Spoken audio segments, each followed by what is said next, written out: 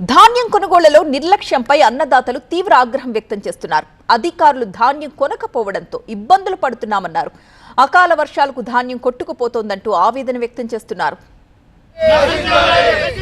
తెలంగాణలో రైతుల ఆందోళనలు కొనసాగుతున్నాయి. ఉత్తర తెలంగాణ, దక్షిణ తెలంగాణ అన్న తేడా లేకుండా ఆందోళనలు మిన్నంటుతున్నాయి. వెంటనే ధాన్యం కొనుగోలు చేయాలంటూ యాదాద్రి జిల్లా పోచంపల్లిలో రోడ్డుపై బైఠాయించి ఆందోళనకు దిగారు రైతులు.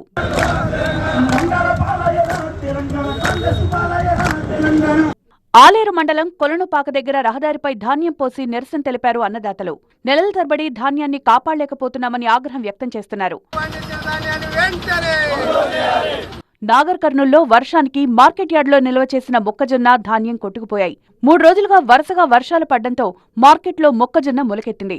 మార్కెట్కు తీసుకొచ్చిన పంటను వెంటనే కొనుగోలు చేసుంటే ఈ పరిస్థితి వచ్చేది కాదని రైతులు ఆగ్రహం వ్యక్తం చేస్తున్నారు. ఉమ్మడి ఆదిలాబాద్ జిల్లాలో అధికారుల నిర్లక్ష్యంపై అన్నదాతలు ఆగ్రహం వ్యక్తం చేస్తున్నారు. ధాన్యం కాంటా పెట్టి వారాలు గడుస్తున్నా తీసుకువెళ్లడం లేదని మండిపడుతున్నారు. ఇక పంటను కాపాడలేమంటూ ధాన్యానికి నిప్పు పెట్టారు రైతులు.